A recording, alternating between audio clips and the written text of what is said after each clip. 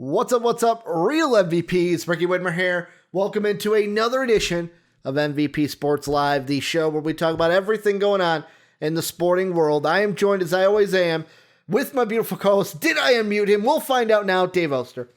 I literally went to the Twitch stream to see if I can hear myself talk.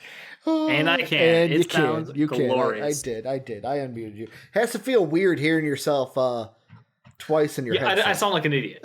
I don't think. Does anyone like their own voice? Some people. Like if I'm John Legend, I love my own voice. But I just sound like I am one of those people where Jake, it's different when he tells us he re-listens to our old stuff because he's not on it, or he was on one of them and he re-listens to it. Yeah. I'll be honest. I can't re-listen to our old stuff because I can't listen to myself, Dave. I can't. Really? I can't listen to myself. It's just one of those things where, it's a mental blockage. Plus, it's also on the side of I know what I said, and then I'm going to forget what I said 2 hours later. Oh wait, did I really say that? Oh wait, I did fucking say that. But Dave and I are back to talk about sports, and we got kind of some breaking news, Dave. Some breaking news about MVP. Where we're changing things up a little bit. So you might have noticed we were not live for the last couple of days. Had some internal discussions, decided to change things up, and we're going a little bit from the past, but still keeping it in the future. Where from now on, Dave and I talked about, Soapy and I talked about, we are now going to do individual sports days. So today, if you saw the tweet on Twitter, it's a football day. Tomorrow will be an NBA day. Thursday, we're talking college basketball. Friday, we're coming back with the NBA. So we will have solid sports days for you folks who maybe like basketball but don't give a shit about football, or don't give a shit about baseball when that starts its season. Who wouldn't give a shit about baseball? Yeah, who would not give a shit about baseball, Dave? I could not find one person in this greatest Discord sport call. on earth there, It's so exciting. So much to talk about. But I'm hoping this works out for the best. We also, I will say, I hope I'm saying this live, he told me that he should be good to go, if I can speak English, good to go for Friday. We will have a new host joining the MVP desk. With this, Soapy will now be a bigger part of MVP Sports, which I know he has wanted to be for a while, and now we're finally calling him up to the big leagues, Dave. We're calling up to the major leagues. I'm excited for it. We'll have a new host, hopefully with Dave on Friday. It's going to be Dave and I the rest of the week this week. Friday, hopefully Dave is with our newest addition to MVP. But Dave, it is Football Tuesday here. Like I said, and today was a good day. I didn't realize this when you and I talked yesterday. Today it fell into our laps that today was the franchise tag day. Yeah. Most of the franchise tags just ended, so I thought, hey, let's start the show with some of the biggest news from the tag. And the thing I want to start with, and it's near and dear to your heart, Dave. Did the Bears make the right decision? And what does it mean going forward? I want to start Allen Robinson. He did get tagged. Now, does he sign the tag? That's one question. Is this a tag and trade situation, or does this turn into a long-term deal? Where do we go, Dave? You're the Bears fan. Well, this is a fun situation because Allen Robinson also went out there on Twitter and liked a tweet of another wide receiver who got his freedom today. Yeah. So, it's a situation where he doesn't necessarily want to be here. But we also don't want to let him go because we're not going to get another top 10 caliber wide receiver like Allen Robinson. I mean, it's not going to happen. So if we can tag him, keep him here while we're working on a certain deal for Mr. Unlimited, getting a little Russell Wilson over here, then maybe Allen Robinson will be more inclined. He'll be happier to stay, maybe sign a long-term deal even. I think this is all the setup game. Yeah. If we can get A-Rob down with the Bears, happy to play with a quarterback that is actually a capable quarterback, I don't think there's a problem. I think the whole thing stems from his frustration of the Foles, Mitch Trubisky, Matt Nagy, that triangle. I mean, I don't even want to make a square with pace up top, but just the incompetent triangle of play. And I think he's over it. I think that's a situation where if we can make the move happen, if we bring Russ here, then we got something, Ricky. Here's the thing, though, Dave. A lot of things I've been seeing on Twitter from Bears Twitter is not about trading him for Russell Wilson. I'm not trading him. Okay, you're talking about bringing in him. Russell Wilson to pair with him. Okay. Yeah. Because what I'm seeing on Bears Twitter, Dave, is the tag and trade situation of taking Allen Robinson, swapping some picks with the Ravens, bringing in Orlando Brown to have an offensive lineman, a caliber left tackle for this team. I looked at it and I'm like, would it be the worst idea for the Bears to have a solid left tackle? Probably not the worst thing, but yet again, Ryan Pace, Matt Nagy trying to save their jobs. Basically, they're on borrowed time at this point, Dave. This season should not be theirs. I agree. They need a quarterback. Like, that's why Russell Wilson has to be the guy. But yet again, what kind of a package? And yet again, all speculation. What kind of a package realistically pairs up Wilson and Robinson? Like, is there anything that the Bears would want to give up that the Seahawks would want besides draft picks? I don't even care what it is. Yeah. Don't even care. If it's not Khalil Mack, don't care. Yeah. I mean, would it have to be Khalil Mack, though? No. Okay. Fuck no. The face that Dave just turned. No, you're not getting fucking Khalil Mack. Khalil Mack stays a Bear. That is not in discussion, Ricky. They are not getting Khalil Mack for Russell Wilson. I don't know that Russell Wilson's worth a Khalil Mack. I'll say it out loud. I'm an irrational Bears fan. The way your face just turned was the same when people say that Zach LaVine's getting traded. Like that, like Stone Cold, nope, not going anywhere. I don't know what you're talking about. It's just not even a situation we can discuss. Yeah, There's no further discussion. The Allen Robinson one is interesting, though. I personally think it's leading towards he's not happy with the team. Obviously, tag and trade should be what they're looking at, but we'll have to wait and see there. Dave, do you think that, let me just ask, do you think he can be salvaged, like his happiness can be salvaged by getting Russell Wilson? Do you think that would be enough to get him back on track? Yes. I don't think that I don't think the Bears are getting Deshaun Watson or Russell Wilson, although I think I would be very happy for my Bear brothers if you guys got Russell Wilson. The Russell Wilson situation does seem to be favorited towards the Bears. Yeah, and one guy we're going to talk about at the end of the show. My hopes are up real high. Don't crush them. Well, let's be honest. A thing that helped that out is what we're talking about at the end of the show. Dak gets his contract, and like Adam Schefter said, cross one of those teams off the Russell Wilson list. Yep. Because they went and signed Dak Prescott and got him to that deal. Around the other news for me when it came to the tag, of course, Shaq Barrett got his franchise tag. The Bucs decided to tag Chris Godwin. Shaq Barrett, I believe, got a new deal with the Buccaneers. So he's a winner with it. A lot of the news, though, Dave, is who didn't get tagged. And one of the big ones, there's two big ones. All of them are from the AFC. I'll ask you, do you want to go defense or stay with the offense? I love the offense. Hunter Henry. The Chargers basically saying, hey, Air Bear, F you. We don't like you. We don't want to keep this target for you. No. ESPN has Justin Air Bear as a loser today because the Chargers didn't tag Hunter Henry. Is that right or wrong, Dave? Now, I'm going to preface this with the fact that I'm an Antonio Gates fan. Mm-hmm. Hunter Henry was crowned the successor to the throne way too soon. The day he got there. Yeah. The day he was drafted, Antonio Gates was being pushed off the throne by this usurper, this unworthy, injury-prone sack of meat who does not deserve the praise, nor does he deserve the credit for being a loss for Air Bear. Mm-hmm. This is a situation where you had a guy who had high expectations, who, when he played, was okay. Mm-hmm. He wasn't a game changer. He's not worth big money. He's not a situation. Oh God, was the tight end who literally has stone hands, who went from Detroit to Indy to Pittsburgh, big athletic Eric Ebron. That's it. He's not Ebron. He's not even as good as Ebron upside. He's just consistently okay. Yeah. You can draft an okay tight end in the fourth round. Mm-hmm. There's no reason they should pay him money, because he's not been healthy and consistently contributing to this team. Yeah, and I mean, with me, it's kind of a double-edged sword where it's Hunter Henry, young enough talent to where it's I almost look at it, it's do you want that to walk out the door?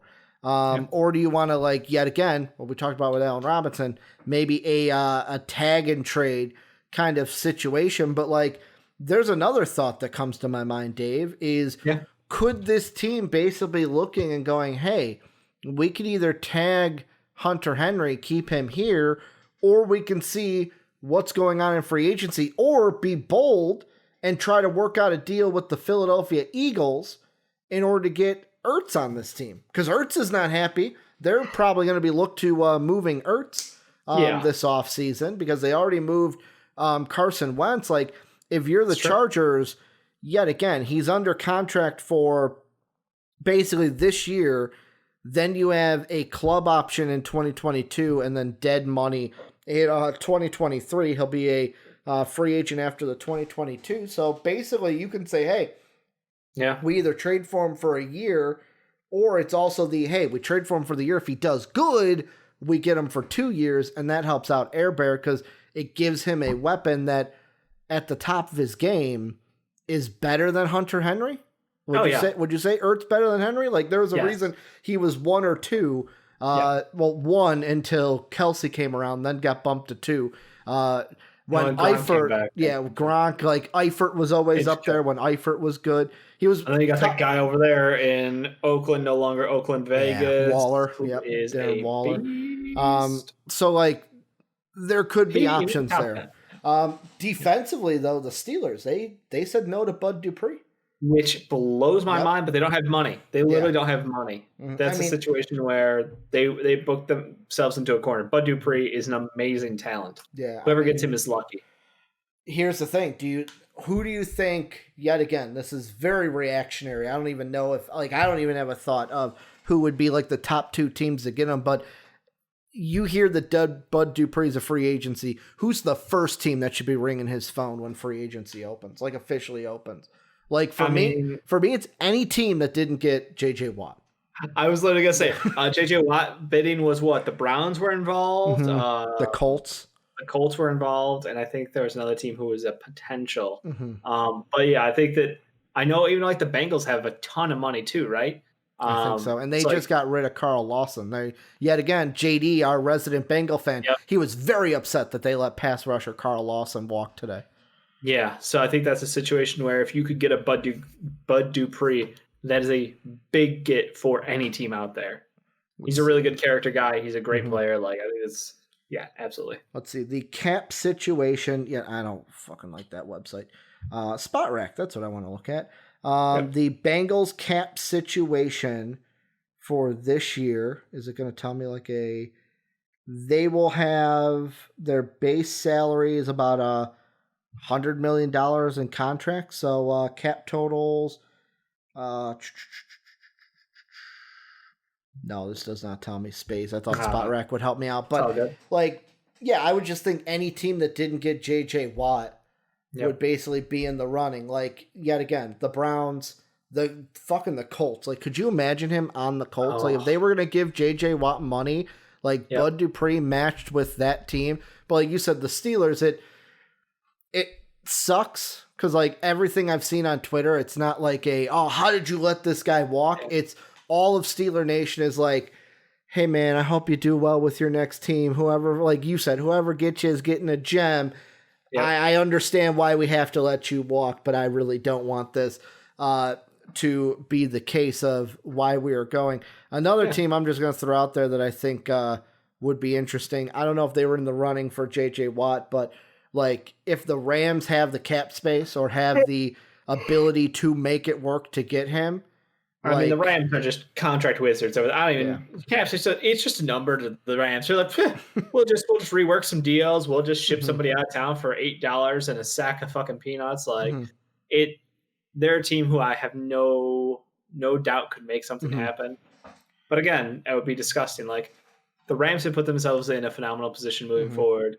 Yep. I mean, the Bucs have resecured 2 key pieces to their team. So I don't think they've got the need to go to pay. I don't want to say overpay, to pay for someone like Bud Dupree, because they're going to get a lot of guys who are later in their careers who will play for very cheap. So you don't necessarily need someone like Bud on a big deal. So you're trying to find that mix of like a younger team who is hungry and looking to go at it. So I think that's the Browns fit, the Bengals fit for me.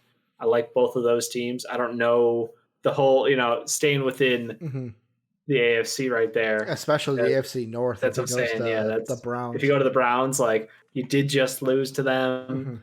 Like the Browns did get their first playoff win in a long time against you guys. I'm not criticizing. I'm just saying. Dave's like, I'm not trying to pour salt in that wound either. But it did happen. It did happen.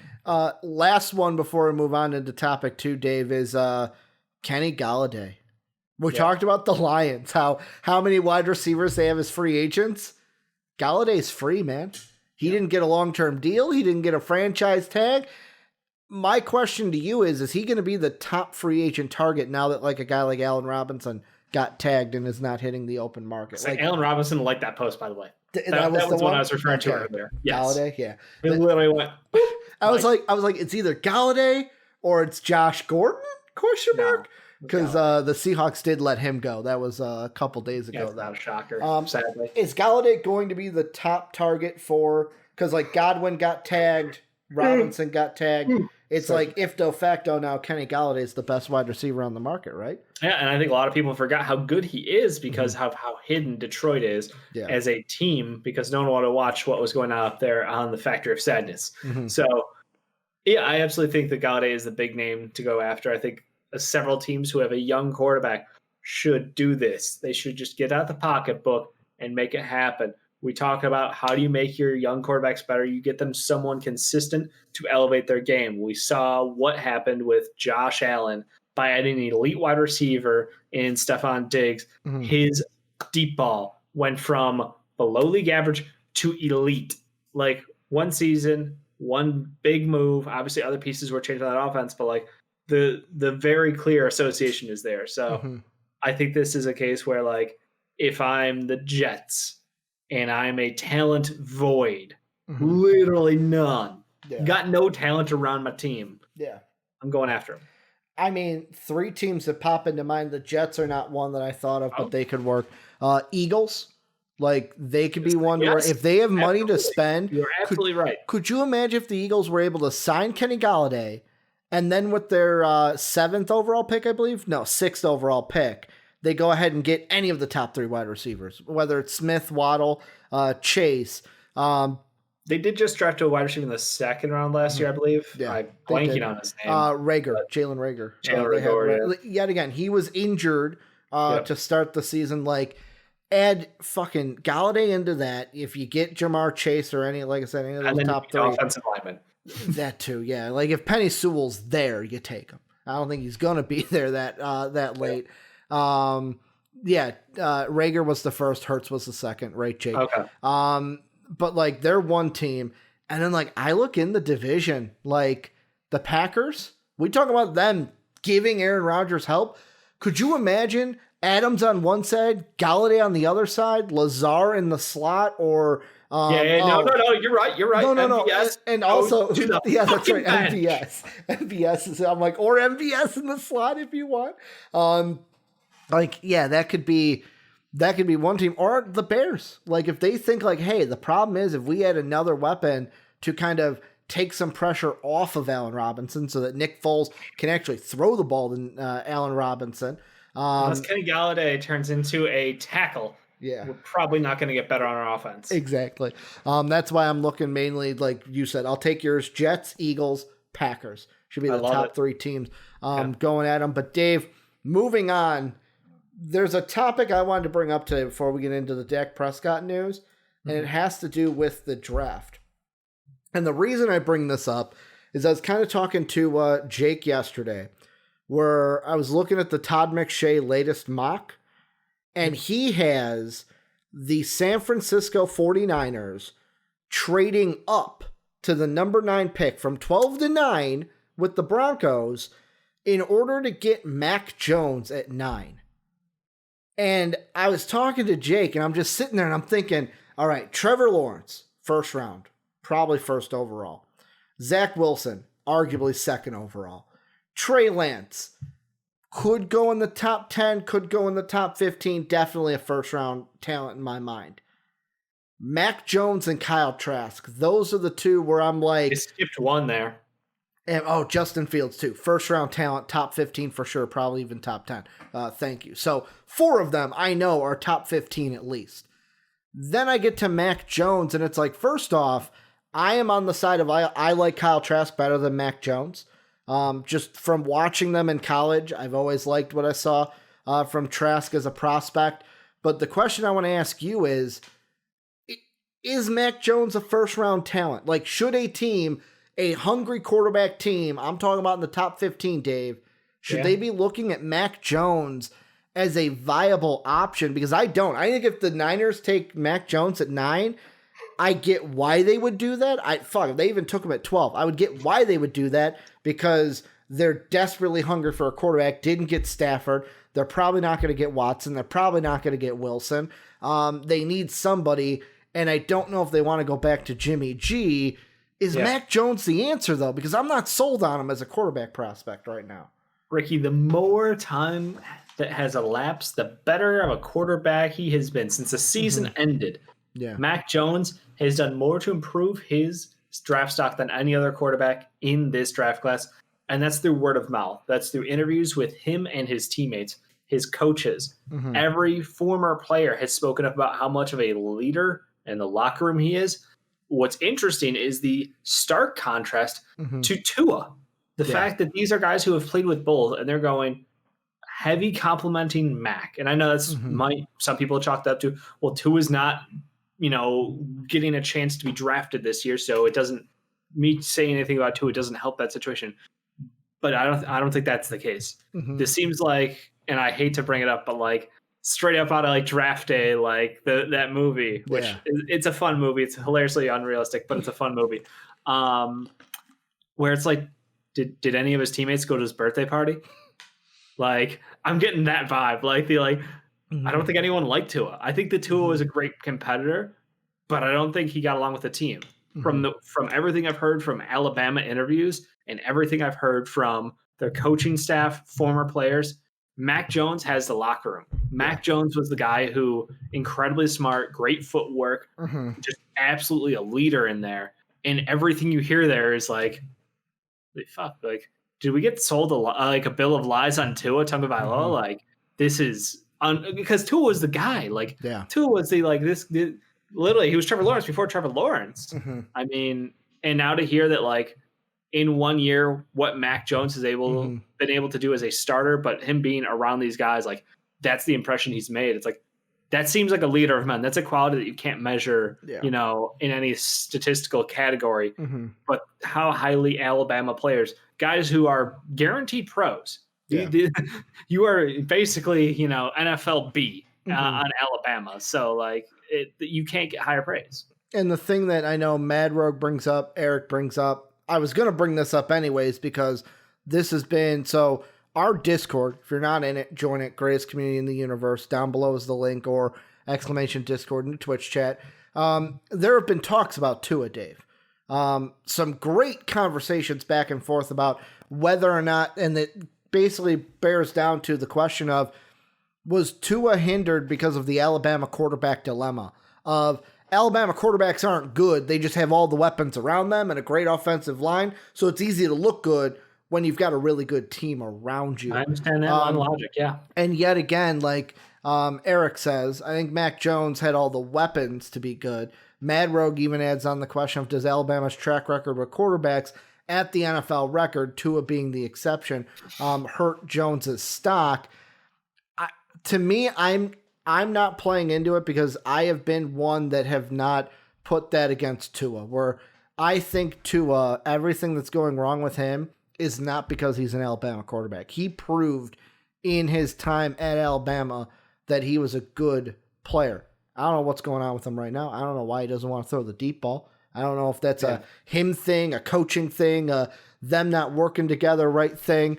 But like I look at it and I go, because of that, I can't really throw that at Mac Jones because like, yes, Mac Jones had for a while, Waddle on one side, Smith on the other. He also had Najee Harris, one of the top running backs in Alabama history, right behind him as well. It's also easy when you have a defense as good as Alabama's is each and every year. And your offensive line probably has about 50 pounds on the defensive line. Yeah. And I'm not saying that Mac Jones is a bad quarterback. I would, to me, where I would figure it is first round talent, probably yes. But definitely not a top 10. Definitely not a top 15. Like for me, if I'm looking at Jones and also Trask, yet again, quarterbacks are going to rise because of the need for a quarterback. Yeah. The position is not, all positions are not created equal. We're not saying Jones or Trask are better players than maybe the third, probably third or second position of anyone else, even though they're on most people's boards, maybe 4 or 5 at QB. It's just, that is the demand, that is the need to draft above and draft for priority. I mean, hell, you even look at it, and I bring up the great quarterback draft of 2017, Dave, where that was pretty much the first year in my mind that I can think back where we had an actual gap between quarterbacks, where Mitch was the first quarterback taken at number 2. The next quarterback wasn't even taken until the Chiefs traded up for Mahomes at 10, and then Deshaun Watson didn't get taken until 12. Obviously, that's not going to happen this year. And obviously, just because you get drafted number 2 overall, number 5 overall, doesn't mean you're going to be better than someone that's drafted later. I just look at it and I go, is Mac Jones really that guy? Am I missing something here that like a Todd McShay is kind of seeing? Because just take the 49ers where he has them in the draft. 49ers making a playoff push. They want to win a Super Bowl. Are you confident that Mac Jones can come in his rookie year and just fit seamlessly into that 49er system? Did he not just fit seamlessly into an Alabama system? College different than the NFL, Dave. The guys are bigger, faster, and stronger. Right. I'm not saying the same, but you take a guy on a very good team. Yeah. You try to plug in a new quarterback. That's exactly what he just did. He knows what it takes. He knows what it takes to get that backing, that following out of the locker room, to know that, hey, it's on my shoulders now. I got this, and I will not let you down kind of mentality. And I think that that's something you can look at Mac Jones and say he proved that in college, that he has that ability. And he can lead guys who aren't, his minors, and guys who haven't seen him ball out to the level that like they've earned his respect kind of a thing. So I think it's kind of a cool pick. And I honestly think that for teams who are afraid of Trey Lance because of the lack of tape, the lack of competition. No combine this year either. Yeah, Mac Jones is a situation where you can look at that and go, he can play football at the NFL level. Is he going to be a star? I don't know. Yeah. But he can play at the NFL level. So if we're on a team as loaded as the 49ers were, are they going to be this loaded this year? I don't know. I can't. I'm not a future predictionist here. Yeah. But if they want to try to plug and play a player in the first round at quarterback after, after you deal with Trevor Lawrence and Zach Wilson, I think Mac Jones over Fields is something that I wouldn't be shocked to hear out of some of these front offices. Yeah. And like, again, I think the thing that, and this is the last thing I'll leave it at, is Mac Jones, the biggest hurdle that I think he'll have to overcome. And like, I had the thought of maybe I'm lower on Mac Jones because he's not the sexy pick. You know what I'm saying? Yeah. Like Trevor Lawrence looks like a fucking like first round talent. He looks like a top overall talent. Zach Wilson does too. Like they both do. Even Justin Fields. Attitude. Yeah. That's what I think puts him like on the like he's gonna be good with media. Like that kid right there gets it. I don't care. Like I think that Fields and I think Lawrence are both incredibly smart and talented. Yeah. But there's just something else about Zach Wilson that puts him on that extra level. And it's like, the more people are looking back, I'm hearing Ricky. I know you're hearing it. I love Zach Wilson. It's me. The fact that people are now putting Zach Wilson over Trevor Lawrence and going, the throws made. If you look at the throws made, there's an argument to make. Jake brought it up when we had him on to talk NFL that he thinks that Zach Wilson is better than Trevor Lawrence, even though he wouldn't actually put Wilson above him in a mock draft, but he thinks that Wilson is better. I think Mac Jones also fits the same bill that you just said. He'll be good with the media because, Like I use the example of they asked him like, well, what do you think? Like different defenses are just calling you a game manager. And he's like, whatever, doesn't bother me. I just go out there, do my job. And his teammates were the ones that were taking offense to it, to where he was just calm, cool, collect. Like that is a good thing. There are good things about Mac Jones. The biggest thing I think is a hurdle that he's going to have to get over, and I'm not saying he's going to fail at it, is the reads at the NFL level because they're quicker. You got to make quicker decisions. And yet again, I'm like, am I missing something having him this high, or is this just because the demand for quarterback is so high? All of these guys are going to go sooner. Even Kyle Trask could probably be a first rounder then. I'm not saying top 10, but like could be a late first rounder if especially six quarterbacks. That's what? A big deal, right? It's that 5th year on the contract if they're a first rounder. Yeah. I for sure think that he is 32nd at the worst. Like you get that 5th year on him, you get that option just in case. But Dave, moving into the Buccaneers. Sorry, you went ahead and just drafted him. Like, hey, when Tom Brady's done, it's Kyle Trask. Dirty. I think a team's going to trade up with the Bucs. Yeah, that makes more sense. Like, I don't even know if the Bucs have the first round pick. I feel like an asshole. They do. Okay, good. Yeah, good. They do. Like for the longest time, I thought the Bears would be that team to like just trade up, get him at like does seem like a Bears pick. Take an offensive tackle. Well, yeah, he's a Florida quarterback, Dave. You know how sexy those Florida quarterbacks are in Bear uniforms, even if they're gross, right? See what I did there? Gross. But Dave, let's end the show with the big hot tamale of today's show. And that's Dak Prescott. He gets his new deal, Dave. And this deal, after we heard about it yesterday, after it broke, there were just more and more details about it that came out that is making it very spicy. The first thing I will say off the cuff is that the GM of the Ravens has spoke and said that Dak's contract will not affect Lamar Jackson's new contract in any way. So that'll be interesting to see. But Adam Schefter said he had a series of 3 tweets. The first one said, Cowboys are giving Dak Prescott a 4-year deal, $160 million, with a record $126 million guaranteed. The first 3 years average $42 million per year. Tweet number 2, the deal can be worth up to $164 million. The deal includes $66 million to sign and $75 million in year 1, the most in NFL history. And then the last tweet said that the deal includes a no trade and a no tag clause. So can't trade him.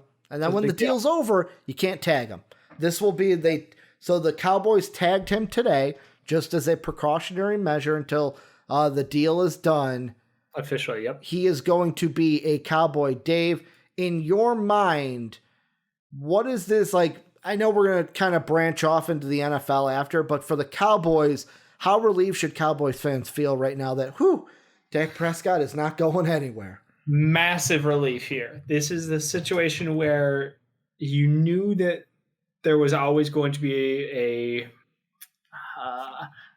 some contention around, Zeke getting his money and the way that he went about getting it versus you got your quarterback who's coming off of a horrific injury where the whole city fucking feels for him.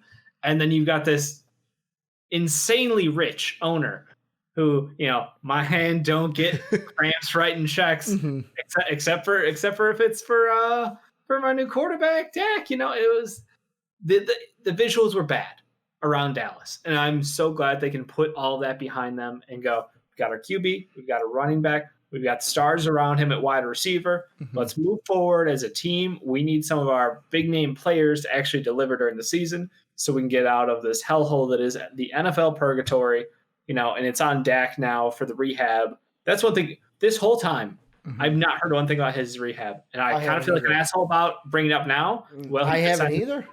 I'm hoping he's doing well. Yeah. I mean, yet again, nothing has been said about it. Like, no one even in the contract talks have talked about, like, oh, he's coming off of an injury. Like, it's just been like... money. That's the thing here. That was massive for this deal to happen. And I think this deal would have looked different had he not been injured based on the pure money numbers. Like, by different, do you mean more money?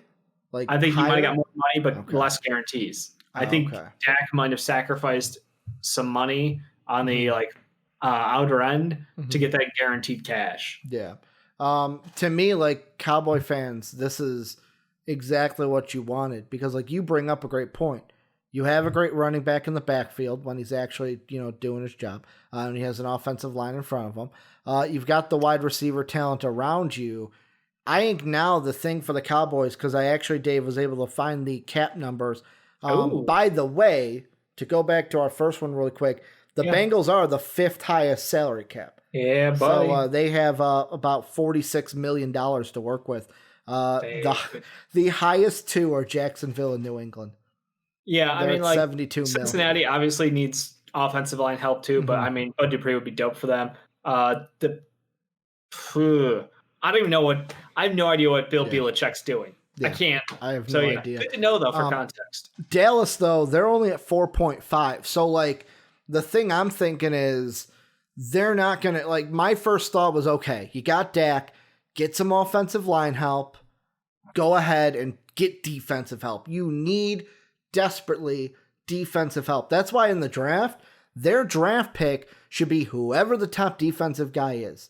Whether that's a Micah Parsons, whether that's a Gregory Rousseau, whether you think that's a Kwity Paye, whether you think that's cornerback and Patrick Surtain, just take somebody on the defense. I would love if a Micah Parsons or a Gregory Rousseau went to them, an edge rusher or a linebacker, because Sean Lee, good linebacker, but he's always hurt. He's always injured, Dave. Can't be a leader out there if you're always hurt on that defense.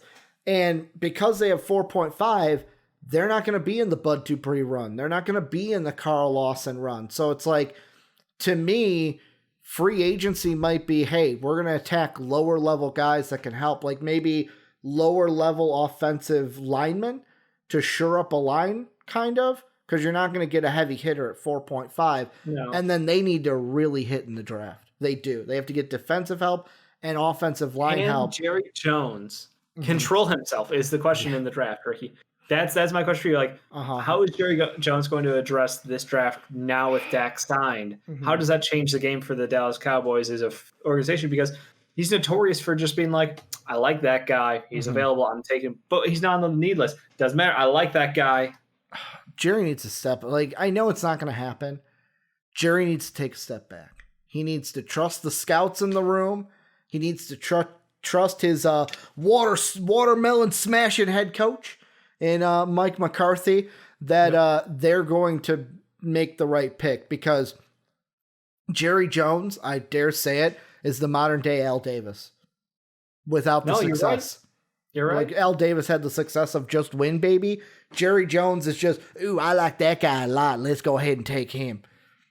Like, that's it. Like, CeeDee Lamb, it kind of panned out because CeeDee Lamb is like a really good wide receiver talent. But I mean, how did he make their team better? He didn't. Like, that's the thing. No, he didn't. Like, he's a good player. Don't get me wrong. They needed defense. They needed defense last year. They need it this year. It's just because, like, they're sitting at 10. So, like, they could have Patrick Queen. They could have. You're right. They could have. The Ravens got him, I believe. Yeah, off the top of my head, like he's one of the most impactful rookies on the defensive end in the back half of the first round. So that's why I was just like, first up. I know I'm trying to remember. We did the live stream while we were watching the draft. Yeah. And I try to remember we were both very shocked by them going wide receiver, but then also not so shocked because it was Jerry Jones and a juicy wide receiver. So it was like, all right, that's gonna happen. It was one of those things where I was me personally shocked that they drafted him. Didn't think it was a bad pick because of how good he was, but then it was like there was other defensive talent there. Because, like, let's see, they drafted CeeDee Lamb at 17. The defensive players that went after him, Arnett from Ohio State, the cornerback, went at 19 to the Raiders. Clausen or Caseon from the LSU Tigers went to Jacksonville, defensive end. You had Kenneth Murray, linebacker, go to the Chargers. Yep. Jordan Brooks from Texas Tech, Patrick McQueen to the Ravens, and then Noah, I screw up his name all the time, Igbonihini, screw it up all the time, from Auburn, cornerback, and then Jeff Gladney going to my Vikings at 31 out of TCU. Yeah. So it's like they didn't take any of them. My question is, are they going to do that again? Because, Dave, there's a possibility that a Jalen Waddle is there for them at 10. And Jerry Jones could be like, I like that wide receiver a lot. Let's go ahead and get 4 of them, okay? Let's go ahead and get 4 of them. I like that guy a lot. Solve all my problems with wide receivers. Yeah, solve all of them. Get Dak more weapons. That's what we need. The question I'm going to ask you is, they're at 10. First off, if Jerry Jones likes a guy, and by like a guy, I mean like a Micah Parsons. Yep. Are you trading up to get him? Are you waiting to see what falls to you at 10? I don't know the timeline from the inside of that room. On the outside, I'm going, this is a Cowboys team who could win now. the NFC. They could win the NFC East tomorrow. Yeah. Like that's how this conference is set up. You absolutely should go all in. If you see a game-changing talent, you just paid a buttload of money to 2 very important pieces on that offense.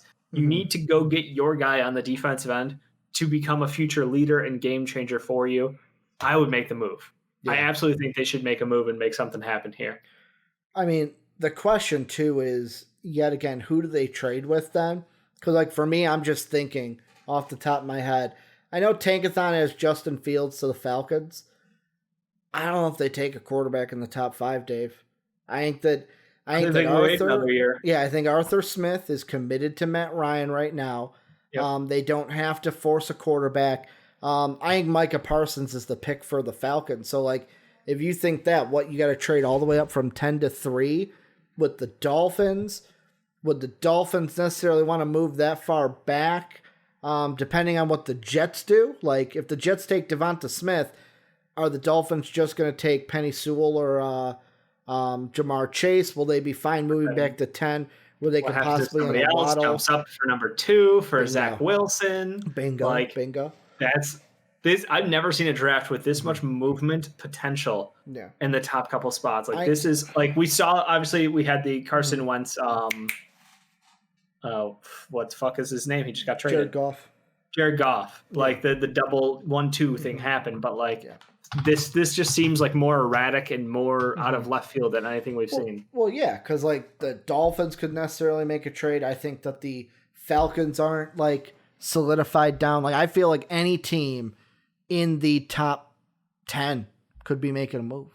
Like, that's just how I feel with this. Even later in the draft, I feel like there's people that'll want to move up, especially like Washington, because they outplayed their coverage this year, Dave.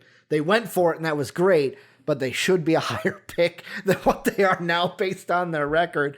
Alex Smith was too good. He was want to play him. And Dewey Haskins, baby. Don't forget Dewey. I'm not going to go there. Man, you lose Bud Dupree and you keep Dewey Haskins. How about that? That's going to be a Steeler team that wins, right?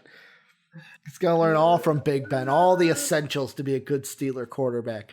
But yeah, like, if I'm the Cowboys, moving up is a choice. I just don't know if it happens. And that leads to the other question of, do you go defense or offensive line? Because both of them are going to be there. I feel like defense has to be the main. Yeah. If it's linebacker and edge rusher, that has to be the main go-get. Who are we looking at?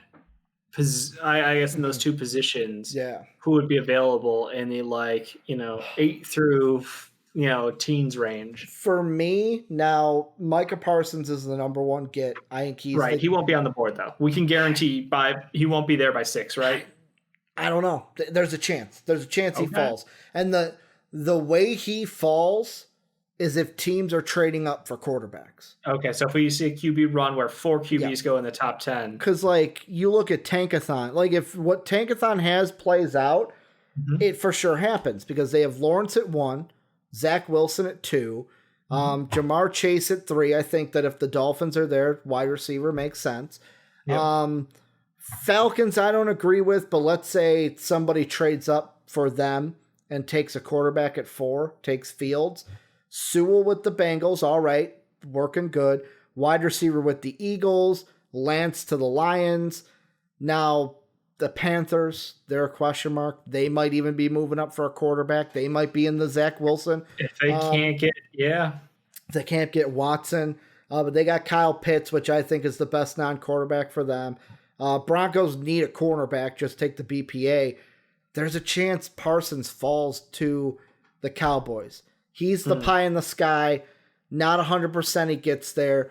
Other than that, like, I think you got defensively two choices. You either reach a little bit for a Gregory Rousseau. A lot of people are low on Rousseau. He's fallen to basically the 20 to 30 range. Really? Don't buy that. He didn't play this season. That's why people are falling. Yeah, it's a Trey Lance effect. Fallen? It's like, to me, it's the Trey Lance effect. Sewell not play though? But yet again, Penny Sewell, like, offensive tackle to me is a position where I feel like, and this is just me feeling, that coaches and goes, okay, we can work with an offensive tackle. Quarterback, you don't want to work with them long. You want them to be able to start sooner rather than later. Penei Sewell, and then the LSU wide receiver whose name I'm blanking. Jamar Chase. Jamar Chase didn't play. But Rousseau is the one dropping down like literally 10 slots because... Now, reasons. Okay. I will say there's also Jeremiah Owusu-Koramoah, who is a phenomenal outside linebacker. Taking him at 10 might be a little bit of a reach. But if Parsons not there, they're not sold on Rousseau, I think that'd be a good pick for them. Otherwise, I'd go offensive tackle because you've got Slater that's going to be there, Darrisaw that's going to be there. It's just basically... That would be a BPA situation then. So you basically have two names at the defensive side. Yep. And then, like, if these are gone, here's our backup picks. Here's my tackle, because I don't think they need a cornerback. Unless I'm wrong. I don't think that cornerback is on defense the top priority. I think they need, the biggest thing they need is a leader. Makes the job easier on your corners. Bingo. Having good corners is great, but having a great pass rush makes good corners great. Dave, the other question I want to ask with this is moving away from the Cowboys. How does Dak Prescott's deal affect the NFL? Because you still got Deshaun Watson that's in trade talks. Russell Wilson, Adam Schefter even said, cross off a team from his list because the Cowboys have their quarterback. But on the same dime, you also got quarterbacks like Lamar Jackson that are going to be getting new contracts. Like, is... Talking about former MVP Lamar Jackson. Former MVP, yet again. I don't think Dak Prescott has ever done that. How you doing? Let's start with the trade market because that's kind of closer. How do you think the Dak deal affects the Watson-Wilson trades? Russell Wilson will be going to the Chicago Bears. Christina Anderson confirmed it. No. Speak it into existence, Dave. You gotta do it. I will. I will do it. I need a quarterback in Chicago. I'm going to cut you off for a second. Did you see what Allen Robinson tweeted, though, today? No. He's a newsbreaker, Dave. Apparently, Andre Drummond's going to the Nets, per sources of Allen Robinson. I mean, that's kind of cool. He's an NBA newsbreaker now, Dave. That's kind of cool. I wonder if his agent is the same, like they're in the same group. Like, Big Cat even quoted and said, man, Allen Robinson's adding newsbreaker to his resume, and the Bears still won't give him a contract. But go ahead. Russell Wilson to the Bears. Russell Wilson is going to be a Bear, so I think that one lines up nicely. I'm almost at the point, like, the Texans are so dug in. Yep. They're not going anywhere. They will play out a season with Deshaun Watson on the goddamn sideline. That wouldn't be good. I think it'll happen. I'm at the point where I think the season will start. I don't know if it will end. I think the season will start with Deshaun Watson on the Texans. They're not taking calls, man. They're not listening to logic. There's no anything. They will wait until the last possible minute to go, all right, are you really sure that you will never play for us again? Like, I think, when's the trade deadline this year? Week 8? Yeah, it's always week 8. Well, I don't know if the 17-game season, you're they're getting the bump. It'll probably be, right now, let's assume it's week 8. Okay, so we heard that's different. I assume about 8 minutes before the trade deadline, they will be in trade mode. But until that point, it seems like they are very locked in on the fact that they are not going to let go of Deshaun Watson. It scares me because I think that would be what's best for everyone. Not only would they get a chance to, they have a fresh coach, they will have a fresh team, a fresh quarterback. We will be fine moving forward. Obviously, they need to replenish with picks because of poor decisions by some very poor people who should not have had that power. But I think the situation is just, it's throw your hands up and get mad. You're yelling at clouds when you're trying to tell them he doesn't want to play here. They can't hear him. They can't hear him. They don't want to hear him. Old man yells at cloud. Like I said, old man yells at the clouds. Yeah, to me, it's like I almost had it. So my mock draft, the one that I was working on, that I took a pause from. I was working on it a week ago, Dave, and I was like, Sean Watson to the Niners, get it done. I don't think that happens anymore. Like I was just like, they are, if they're going to trade Deshaun Watson, I think the asking price is too much. And the only team who's willing to give up that much might be the Carolina Panthers or the Miami Dolphins. Yeah, Carolina is the one that's in the driver's seat if Watson gets traded. Wilson is that, like, all of our attention now goes from Dak to now Russell Wilson, where we're just going to be talking about Russell Wilson updates left and right. Because they're, yet again, I'm going to ask this. Have we ever seen an offseason where so many, I don't want to say so many teams, but so many high caliber-ish teams have been quarterback needy? Like the 49ers, playoff team. The Bears, playoff team. You look at the Cowboys for a second, they would have been a playoff team with Dak. Used to be. But like there's so many teams we're talking about where it's like, wow, these are teams like even the Colts, they were a playoff team. Now I know they lost Phillip Rivers. Very good team. Mm-hmm. So like I can't remember. You say that like in the draft, you can't remember a time where there could be so much movement at the top. I can't remember there'd be so much like quarterback neediness from non-bad teams. Yeah. Usually it's just all the bad teams like, oh, well, all the bad teams in the draft need these quarterbacks. And this year it's like, well, shit, the Niners were in the Super Bowl 2 years ago, and they could use a quarterback. The Patriots. Most of the bad teams outside of the Jaguars have quarterbacks now. You know, you look, obviously, Joe Burrows was tragic injury, you know, so Bengals still bad. Fine, but they've got their guy already. Air Bear, coach, incompetent. Still a good quarterback, though. Like, you've got that. Like, the only situation that's kind of weird and murky is obviously the Dolphins. But outside of that, you're right. Like, all the bad teams at the bottom have seemingly addressed their need. I mean, the only one that I mean, to be honest, New England's kind of in the middle. Are they a bad team now? Are they a underperforming, or were they an overperforming good team? Whatever, you know what I mean. I think we got to wait to this season because I will always say they had a lot of guys skip out on the season because of COVID. I agree. What was it? 15 guys, I think, skipped out on the season on defensive end. Like you said, I don't know what Bill Belichick's going to want to do.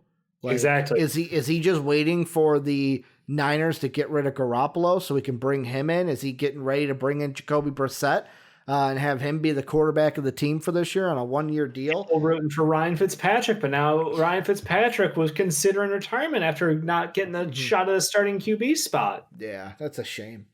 That's really a shame. But yet again, all these teams. He's getting Josh McCown, though. I'm not worried. Yeah. Mid-season, he's getting a phone call. Once someone gets injured. Yeah, that's going to be for sure. And Dave, I'm looking at the important dates that I looked up. The NFL operations site only has 3. 2 have already passed. The Super Bowl on February 7th. The deadline for eligible college football players to enter the draft, March 1st. And then the NFL draft on April 19th to May 1st. So they don't know anything. Or I'm sorry, April 29th to May 1st. Okay, I was like, that's a long window. What happened? The weekend. The 29th to the 1st. They don't know anything about this season yet, when shit's going to happen. But yet again, that's what COVID kind of does. Fans in stands, Ricky. Fans in stands. Anything that you think we missed about the Dak Prescott stuff or anything before we wrap up the show? Shout out to Dan Bailey for getting cut as a cap casualty. How you feeling, Ricky, as a Minnesota Viking fan? I mean, you got a kicker who can make kits, and now you're like, $4 million's a lot of money, man. Yeah, $4 million is a lot, and we'll miss a couple more kicks, but like, you know, we're not paying $4 million. I mean, we could like Dan Bailey was good, but it's not like he's expendable. That's all it is. It's not like he's Matt Prater out there. Where if it was Matt Prater getting cut, that's bad. If it's Mason Crosby out there. The goddamn Saints asked what's his face to take a pay cut. Like he took a massive pay cut to stay on the Saints. I mean, Will Lutz. The whole thing is like, where would you want to kick? Where else would you want if you were used to kicking in the fucking dome? Yeah, I'll take a couple mil less. I get to stay in the I'll go kick in Chicago where it's cold as shit and the field gets terrible by December. The field is about like 4 inches high, and then 7 inches, all within 4 square feet. Like, more divots than me on the golf course. We have the worst field in the NFL. No one wants to kick here kind of shit. You guys have a dome. I think it shouldn't be that hard. So I mean, and Dan Bailey's a great dude, but I think you guys should be able to find a replacement. I'm excited to see if you guys do the unthinkable and draft a kicker. Hey man, I don't even know if there's any like good kickers out there this year. Fuck, maybe we make a trade.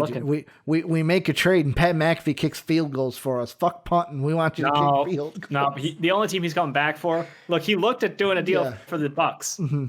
He looked at a deal with the Bucks. He considered a deal with the Packers. There was nothing there. So like he ain't gonna go play for you guys. No, he's not. If he's not playing for Rodgers or the Bucks, I don't think he's playing. Rodgers.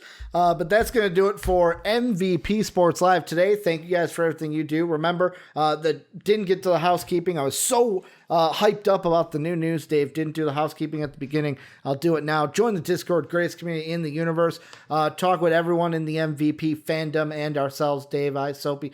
We're all in there. Link down below, !Discord, get you that link. If you want to support us, patreon.com/MVPvids. So you can go ahead and do that. Bronze, silver, gold, platinum levels. Thank you to our Patreon producer, Pat Hill. You can also throw us a sub on Twitch, where we are live every Monday through Friday, twitch.tv/MVPvids. We're also on YouTube at MVP Sports. Remember, rest of the schedule this week, NBA on Wednesday, tomorrow, college basketball on Thursday, NBA on Friday. Tomorrow's host, Dave, and I will be back talking NBA. It should be a great show. Want to thank you guys again for doing everything you do to make the show as great as it is. And as always, have a good day, everybody. WPN.